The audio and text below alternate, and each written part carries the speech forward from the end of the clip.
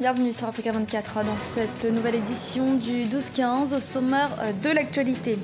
Plus d'un mois après les pourparlers, le calendrier pour la mise en œuvre des mesures issues du dialogue politique est toujours attendu au Gabon. Ce dialogue était censé résorber les tensions politiques nées après la présidentielle d'août 2016.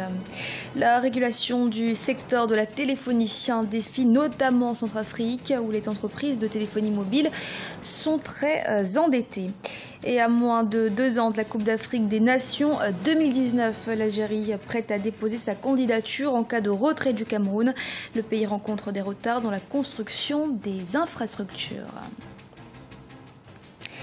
Au Gabon, quand l'établissement d'un calendrier pour la mise en application des mesures issues du dialogue du 28 mars au 26 mai 2017. 2 mois de pourparlers, une volonté du chef de l'État Ali Bongo Ondimba pour sortir de la crise post-électorale qui a ébranlé le pays. Zara Mohamed Amoucho. Un calendrier pour la mise en œuvre des mesures issues du dialogue politique est toujours attendu au Gabon, plus d'un mois après les pourparlers. Parmi les mesures, une élection présidentielle désormais à 2 tours. Une réforme réclamée par l'opposition gabonaise sur laquelle la majorité a finalement cédé. Mais le président conserve son mandat de 7 ans renouvelable indéfiniment. Président qui reste également très influent sur la Cour constitutionnelle. Il continuera de nommer 3 juges, dont le président de la Cour. Pour une partie des Gabonais, ces conclusions ne sont que superficielles. Non, Martel Ronen Demezo Obiang, l'une des figures emblématiques de ce dialogue. Il n'y a pas eu une entente entre les 2 parties sur la modification de cette disposition de la Constitution. Mais d'autres avancées importantes ont été obtenues en matière d'organisation des élections. Des conclusions dont la légitimité est par ailleurs toujours contestée. De ces assises, une grande partie des Gabonais retient en effet la grande absence de Jean Ping et sa coalition. Pour celui qui fut également le directeur de campagne du principal adversaire du chef de l'État, la remise en question de la légitimité du dialogue politique et de ses conclusions n'a aucune raison d'être. Il s'agissait d'initier, de discuter, d'adopter des réformes, notamment dans le domaine de l'organisation des élections, qui puissent faire en sorte que les élections à venir soient moins contestées, moins contestables, parce que mieux organisées. Par rapport à cela, tous les partis politiques qui ont accepté de venir au dialogue ont pris une part active à celui-ci. Et ceux qui ne sont pas venus ne font pas que les conclusions du dialogue soient frappées de nullité ou puissent être contestées. Ce dialogue national était censé résorber les tensions politiques nées après la présidentielle. Plus d'un mois après ces pourparlers, les fractures sont toujours là. Pour l'opposition, le pouvoir garde à l'identique les points pourtant à l'origine de la tenue de ce dialogue. Quant à Jean Ping, il maintient sa ligne. L'ancien candidat à la présidentielle se considère toujours comme le président élu. Dans l'actualité également, au Tchad, le parti d'opposition, Parti socialiste sans frontières, a déposé une plainte pour haute trahison le 3 juillet contre le président Idriss Déby Itno auprès de la Haute Cour de justice. Cette plainte concerne des propos tenus par le chef de l'État lors d'un entretien accordé à plusieurs médias dans lequel il aurait affirmé que la France aurait œuvré pour la révision de la Constitution en 2006. Pour la majorité au pouvoir, il s'agit d'un non-événement. Reportage de Mohamed Ramadan est commenté par Ibrahima Djoumabar. Au Tchad, un parti politique de l'opposition a porté plainte en justice contre le président Idriss Déby Itno pour haute trahison. Selon le Parti socialiste sans frontières, le chef de l'État tchadien a avoué dans un entretien accordé à des médias occidentaux que c'est la France qui a œuvré pour la révision de la Constitution en 2006. Ce qui serait, selon l'opposition, une violation de l'article 60 de la loi fondamentale qui stipule que le chef de l'État veille au respect de la Constitution.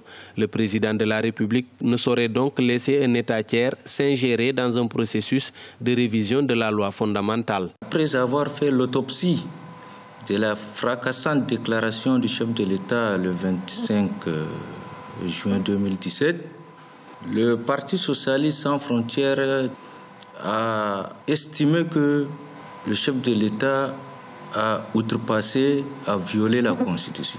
La Constitution du Tchad, à son article 60, 70 et 72, le chef de l'État est le garant de cette Constitution qui aujourd'hui a été tripatouillée indépendamment de sa volonté par un mercenaire français. Pour la majorité présidentielle, cette plainte de l'opposition contre le chef de l'État est une manœuvre politique pour distraire l'opinion. Elle estime que c'est une mise en scène de certains partis politiques qui sont à court d'idées et en quête de popularité. Pour nous, c'est un non-événement dans la mesure où qui mieux que le chef de l'État, Idriss Déby Itno, a su défendre l'indépendance et la souveraineté du Tchad. Pour rappel, lorsqu'il était en désaccord avec le président Hissène Habré parce qu'il se comportait d'une manière inacceptable vis-à-vis de nos populations, il n'a pas hésité à prendre ses responsabilités. Alors que l'opposition et la majorité présidentielle se livrent à une bataille médiatique, la Haute Cour de justice, quant à elle, ne s'est toujours pas prononcée sur ce dossier. Selon certains observateurs, cette plainte de l'opposition a toutes les chances d'être déclarée irrecevable par la justice pour motif non constitué. Le chef du gouvernement marocain, Saad Eddine El Othmani, a annoncé un programme de visites ministérielles dans les différentes régions du pays. Une annonce faite en marge du conseil du gouvernement tenu ce jeudi 13 juillet. L'objectif étant de suivre les différents projets régionaux et en accélérer la réalisation. 7 milliards de francs CFA, c'est le montant des dettes que les entreprises de téléphonie mobile centrafricaines doivent à l'État. Les autorités les somment désormais de payer afin de réguler ce secteur fragilisé par de nombreuses irrégularités. Birama Saounera. Le gouvernement centrafricain souhaite remettre de l'ordre dans le secteur de la téléphonie mobile. Le mardi 11 juillet 2017, le ministre des Nouvelles Technologies, de la Communication et des Postes, Justin Gourna-Zako, a donné un ultimatum aux 5 sociétés que sont la Socatel, Orange, Move, Télécel et Azur afin qu'elles s'acquittent des 7 milliards de francs CFA d'arriérés d'impôts qu'elles doivent à l'État. Nous sommes dans une situation vraiment difficile en termes d'économie, en termes de charges régaliennes assurées par l'État. Les droits indirects, les taxes et autres que les opérateurs économiques qui œuvrent sur le secteur sanitaire doivent à l'État peuvent constituer un taux d'employé de cette éternel. Lorsque ces opérateurs de téléphonie mobile ne participent pas de cette vie-là, ça pose un problème à l'État. Nous sommes dans une situation vraiment exceptionnelle. On ne va pas toujours attendre de la part des partenaires pour qu'ils puissent relancer notre économie. Suite à la crise politique que connaît la Centrafrique depuis fin décembre 2012, pour des raisons de sûreté intérieure et notamment d'identification des abonnés, le gouvernement a interdit aux opérateurs de téléphonie mobile de vendre les cartes SIM à la sauvette. Dans le même ordre d'idée, il a accordé un délai de 3 mois aux opérateurs pour désactiver tous les numéros qui ne sont pas identifiés. Les opérateurs de téléphonie mobile ont eux-mêmes décidé de pouvoir vendre et tirer rapidement ces produits-là. Et l'État a toujours dit à ces opérateurs économiques de se mettre en règle. En identifiant leurs clients. Ça devrait permettre le contrôle sur les communications et autres.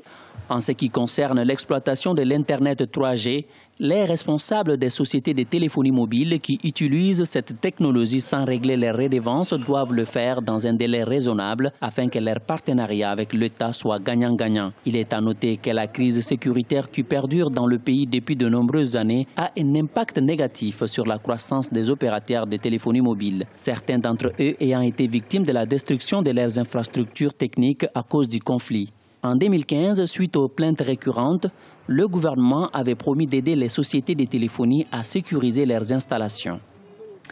Le Cameroun, vainqueur de la CAN 2017 de football, doit accueillir la 32e édition de la Coupe d'Afrique des Nations de football 2019. Mais de nombreux observateurs craignent un retard dans les constructions des infrastructures. L'Algérie s'est dit prête à remplacer le Cameroun au cas où la CAF venait à délocaliser la compétition. Reportage de Chérif Ousmane Bardounka et commenté par Siam Le Victoria CG.